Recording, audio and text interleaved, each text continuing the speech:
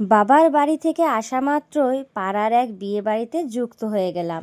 আর এখানে তখন ধুমধুমার নাচ চলছে। আর এই ছোট্ট ছোট্ট আনন্দগুলো কেউ মিস করতে চায় না। তাই আমিও দাঁড়িয়ে একটু এদের এই নাচটা ভিডিও করে নিলাম। তখনও কিন্তু আমার পিঠে ব্যাগ ছিল। আর এই জিনিসটা আমি খুবই মিস করলাম। তো যাই হোক, তোমাদের সাথে শেয়ার করতে পেরে খুবই ভালো লাগছে। আর এ মাসে তো বিয়ে বাড়ি প্রচুর পরিমাণে হয়েছে। তোমরা কারা কারা এই ধরনের নাচ করতে পছন্দ করো অবশ্যই কিন্তু কমেন্টে জানিও। এখানে বাচ্চা বড়রা নিজেদের মতো যেমন পারে নাচ করছে।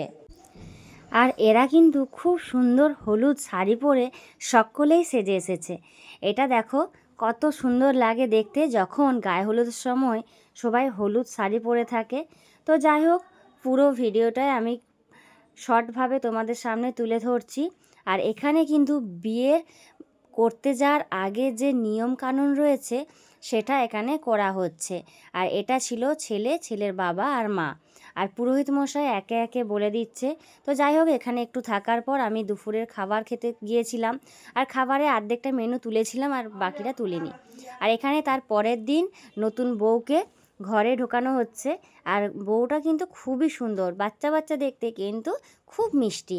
আর নতুন জীবনে যেহেতু পা দিচ্ছে সেই জন্য শাশুড়ি মা তাদের মুখ মিষ্টি করে আর ঘরেতে প্রবেশ করাচ্ছে। তারপরে চলে গেলাম আমাদের রিসেপশন পার্টিতে।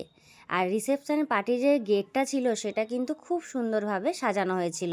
আর পুরো বাড়িটায় আলোতে ভর্তি ছিল।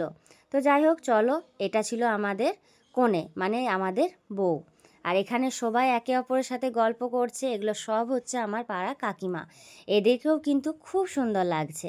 আর তারপরে আমরা চলে গিয়েছিলাম খাবারের জায়গাতে, কারণ রাতটা প্রায় অনেক হয়েছিল, তাই জন্যই খুব তাড়াতাড়ির মধ্যে আমরা খাবার খেয়েও নিয়েছিলাম।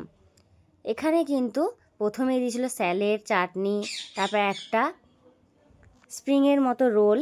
তো যাই হোক, পরপর যা যা দিয়েছে তোমাদের সামনে তুলে ধরছি। আর প্রত্যেকটা খাবার কিন্তু খুব টেস্টি ছিল। জানি না যে এটা কোন ক্যাটারার, না হলে তোমাদেরকে হয়তো বলে দিতাম। আর প্রত্যেকটা খাবারের যেই টেস্ট সেটা সত্যিই অসাধারণ ছিল।